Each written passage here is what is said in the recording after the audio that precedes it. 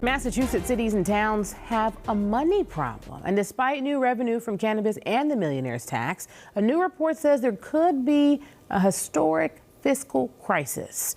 As David Wade shows us in tonight's Question Everything, one viewer is looking for some answers.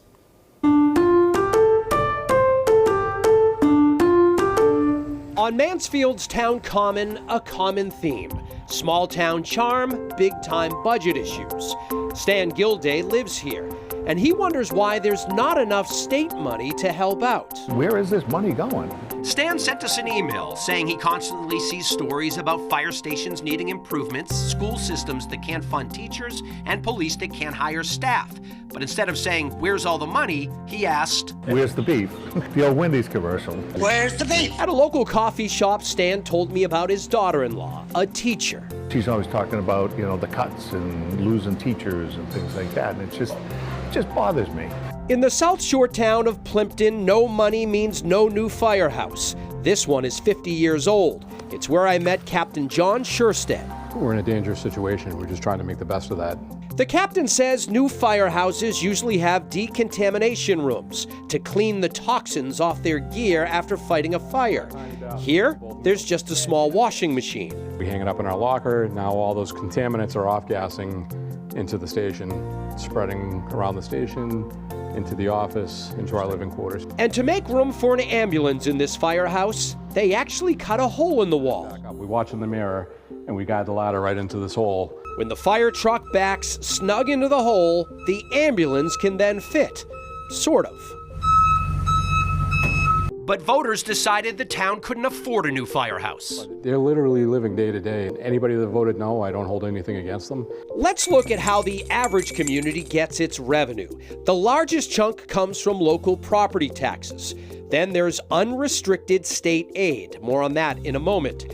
There are enterprise funds like water bills and parking tickets. And finally, local receipts. Think motor vehicle excise taxes, meals, and hotel taxes. But back to the state aid that they call UGA, Unrestricted General Government Aid. Basically, here's some money, spend it as you please. We're at a point where cities and towns are really struggling to make ends meet. Adam Chapdelaine heads up the Mass Municipal Association, which just published a report declaring a fiscal crisis, saying when you adjust for inflation, there's about 35% less unrestricted money than 20 years ago. No matter how you slice it. And what that means is that it just gets tighter and tighter. Proposition 2.5, which became law in 1980, is another handcuff. Cities and towns can't raise property taxes more than 2.5% in a year, and an override is never popular. The state auditor, Diana DeZoglio, believes tackling waste and fraud at the State House might free up more money. Her ballot question last year to allow her to audit the legislature passed, but state leaders still won't allow it to happen. Now she wants another ballot question, to put the governor's office under the public records law. Basically, if you want to know how money is being spent, you file a request. If you call a state agency or department and say that you want to see a receipt, you could actually request those documents, and that state agency is required to give you access to those documents. Governor Healey's office told me there's a lot more state aid than just the unrestricted money. There's Chapter 70, which gives aid to all school districts. Chapter 90, which specifically pays for local road projects, and some of that came from the millionaire's tax. The governor says all of that funding has grown since she took office. And in a statement, a spokesman said Governor Healey knows municipal leaders are struggling with their budgets, and it's why she's delivered record investments to municipalities. My taxes keep going up, but I don't see any relief. But hopefully we did answer Stan Gilday's question.